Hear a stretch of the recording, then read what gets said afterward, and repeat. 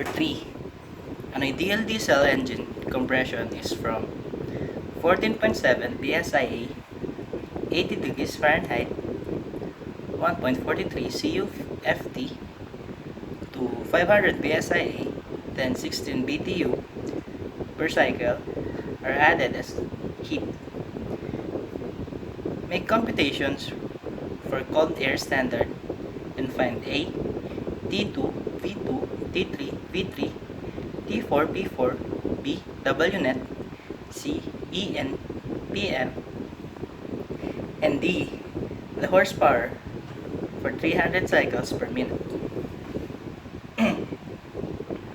Given P1 is equals to 14.7 psia, T1 is equals to 80 degrees Fahrenheit plus 460 is equals to 543 degrees R. P2 is 500 psia, V1 is equals to 1.43 cubic feet, QA is equals to 16 BTU. Letter A. V2 is equals to 1.43 cubic feet multiplied by 14.7 psia all over 500 psia raised to 1 all over 1.4. V2 is equals to 0.115 cubic feet. RK is equals to 1.43 all over 0.115. RK is equals to 9.226.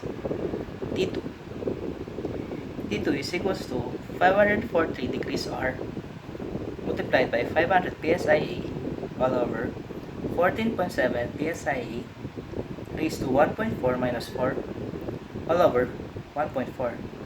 T2 is equals to 1479.138 degrees R.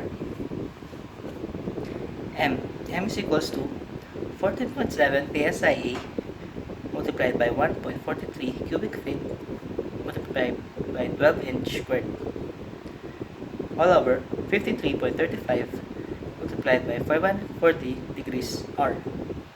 M is equals to 0.105 lbm.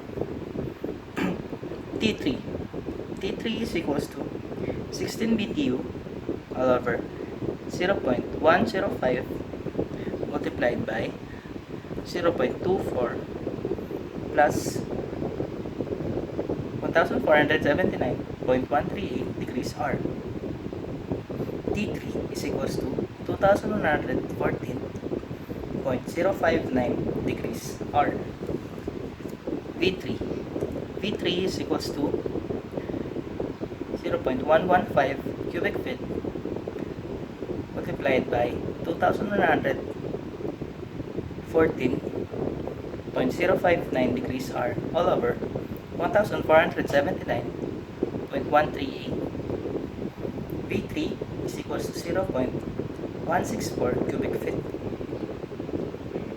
T4 is equals to 2114.059 degrees R all over 0.164 over 1.43 raised to 1 minus 1.4. T4 is equals to 889.038 degrees R. P4 is equals to 500 psia multiplied by 0.164 cubic feet all over 1.43 cubic feet raised to 1.4. P4 is equals to 24.115 psia.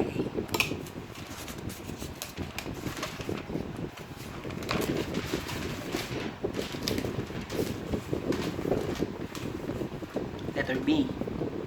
QR is equals to 0.105 multiplied by 0.171 multiplied by 889.038. QR is equals to 6.267 BTU. WNet is equals to 16 BTU minus 6.267 BTU. W net is equals to 9.733 BTU. Letter C, VD. VD is equals to 1.43 cubic feet minus 0.115 cubic feet. VD is equals to 1.315 cubic feet. Letter E. E is equals to 9.733 all over 16. E is equals to 0.608 or 60.8%.